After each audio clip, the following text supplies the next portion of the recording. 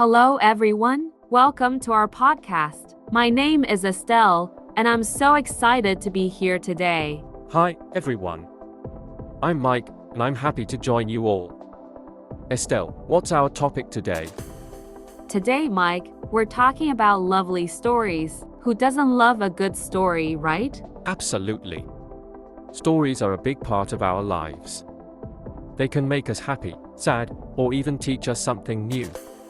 That's true. And what's great about lovely stories is that they make us feel good. They're usually about love, kindness, or happy moments. Yes, lovely stories often have happy endings. But they also show us that life isn't always easy.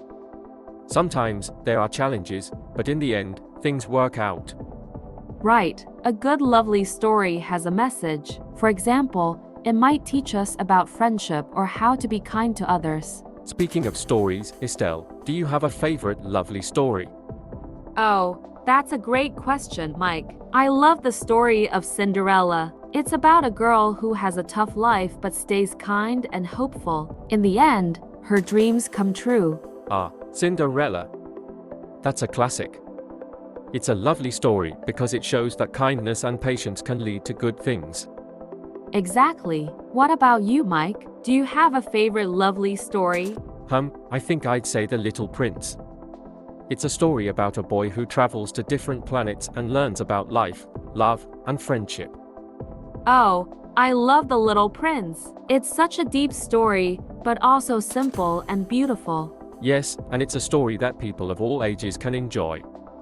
Lovely stories often have that special magic. They are meaningful for both kids and adults. That's so true. Lovely stories are also a great way to learn English. When you read or listen to stories, you can learn new words and phrases. Exactly. And because lovely stories are emotional, they help you remember the words better. For example, if a story makes you smile, you're more likely to remember it. Yes, and lovely stories are usually easy to follow, so they're perfect for English learners. Speaking of learners, Estelle, do you think people can create their own lovely stories? Absolutely, Mike. Everyone has a story to tell. Maybe it's about a special moment in their life or someone they love. That's a great idea. Even small moments can make lovely stories. For example, helping a friend or meeting someone new. Exactly. Lovely stories don't have to be big or dramatic. They can be simple and still touch your heart. Estelle, what do you think makes a story lovely? I think it's the emotions. A lovely story makes you feel something happiness, hope, or even a little sadness. What about you? I agree. I also think lovely stories show us the best parts of life. They remind us to be kind, brave, and to never give up. That's beautifully said, Mike. Lovely stories can also bring people together. For example, families can read or watch them together and share the experience. Yes, that's so special. Lovely stories often become traditions. Like reading the same bedtime story to your kids or watching a favorite movie every year. Oh, that reminds me, movies are a great way to enjoy lovely stories too. Do you have a favorite movie that's a lovely story? Definitely. I think The Lion King is a lovely story. It's about family, courage, and finding your place in the world. Oh, I love The Lion King. It's such a touching story, and the music is amazing. Yes, it's a perfect example of a lovely story that stays with you.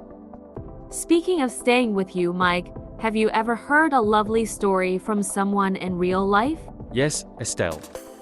Once, my grandmother told me a story about how she met my grandfather. It was so sweet and simple, but it showed how much they loved each other. Oh, that's so beautiful, Mike. Real-life lovely stories are the best because they're true and personal. I agree. And sharing those stories can inspire others. Definitely. Lovely stories remind us that life is full of special moments, even in everyday life. That's so true, Estelle. And I think our listeners might have their own lovely stories to share, too. I bet they do, Mike. Lovely stories are everywhere, you just have to look for them. And with that thought, let's take a pause here. We'll continue talking about lovely stories in part 2. Sounds great, Mike. Stay with us, everyone. We'll be right back. Welcome back, everyone. Let's continue our conversation about lovely stories. Estelle, earlier, we talked about how everyone has their own lovely story. Have you ever written your own story?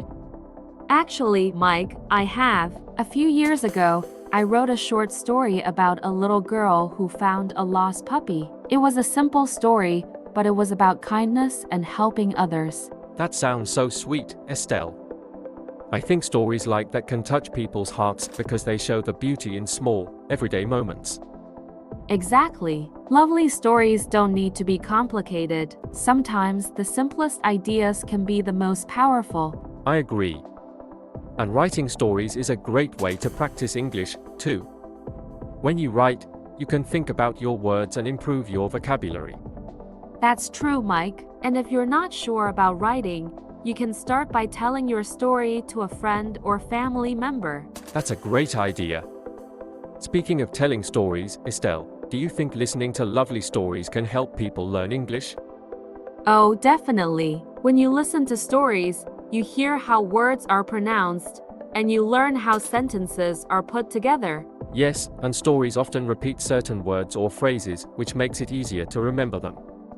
That's a good point, Mike. Plus, when a story is interesting, it keeps you engaged. You want to know what happens next, so you keep listening or reading. Exactly. And you can also learn new cultural ideas from stories. For example, some lovely stories from different countries teach us about traditions or values. Oh, I love that. Stories are like windows to other cultures. Do you know any lovely stories from another country, Mike? Yes. I once read a story from Japan about a kind old man who saved a crane. Later, the crane came back to help him in a magical way. Oh, I know that story. It's so beautiful. It teaches us about kindness and how good deeds can come back to us. Yes, exactly. It's amazing how lovely stories from different cultures can have similar messages like kindness, love, and hope. That's so true, Mike. Lovely stories connect people everywhere, no matter where they're from. And you know, Estelle, lovely stories don't just have to be written. They can be in movies, songs, or even pictures. That's right. For example, a painting can tell a lovely story without using any words. Yes, and music is another great way to share lovely stories. A beautiful song can make you feel so much, even if it doesn't have lyrics. I agree. Art, in any form, is a wonderful way to share lovely stories. Estelle, do you think we should encourage our listeners to create their own lovely stories? Absolutely, Mike. Whether it's writing, drawing, or just telling someone a story, it's a great way to express yourself. And remember, everyone, your story doesn't have to be perfect. What matters is that it comes from your heart. That's beautiful, Mike. Lovely stories are about connection and emotion, not perfection. Exactly. And if our listeners want, they can even share their lovely stories with us. We'd love to hear them. Yes, that would be amazing. Sharing stories is a great way to inspire others and spread positivity. So, everyone, if you have a lovely story, feel free to write it down or tell it to someone. You never know, it might make their day. And don't forget, lovely stories are all around us. They're in the little things we do and see every day. That's a perfect reminder, Estelle. Well, I think we've talked a lot about lovely stories today. Should we wrap it up? Yes, I think so. To all our listeners, thank you so much for joining us today. We hope you enjoyed this episode. And if you like this podcast, please don't forget to give it a thumbs up. Yes, and leave a comment below. Tell us your favorite lovely story or even share your own. Also, don't forget to subscribe to our channel and share this podcast with your friends and family. We appreciate your support, and we're so happy to have you with us. Until next time, take care and keep looking for the lovely stories in your life. Bye, everyone. Goodbye, and see you soon.